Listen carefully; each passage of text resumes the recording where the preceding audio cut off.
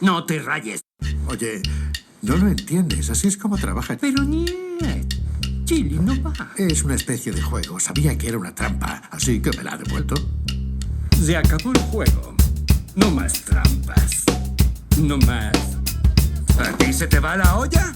A ver, ¿cómo es posible que faltes al respeto de un hombre que ha influido en casi todas las facetas, desde nuestra música hasta nuestra forma de vestir? Por no mencionar vuestra imitación barata de nuestro rollo. Nuestra forma de andar, nuestro estilo y nuestro ritmo.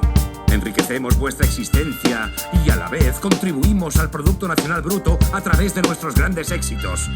Y la vanidad reconforta mi alma cuando me topo con ignorantes, cobardes y amargados fanáticos que no tienen talento ni agallas.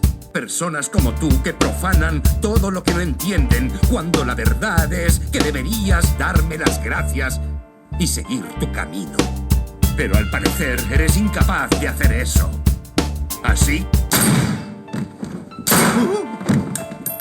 ¡Dabú! Se me ha escapado.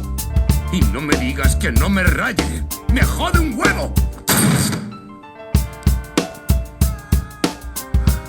Conflictos raciales. ¿Por qué todo se reduce a eso, eh? ¿Qué mundo le dejo a mi hija? Hermano. ¿Quieres cortar ese rollo? Insultas a mi madre.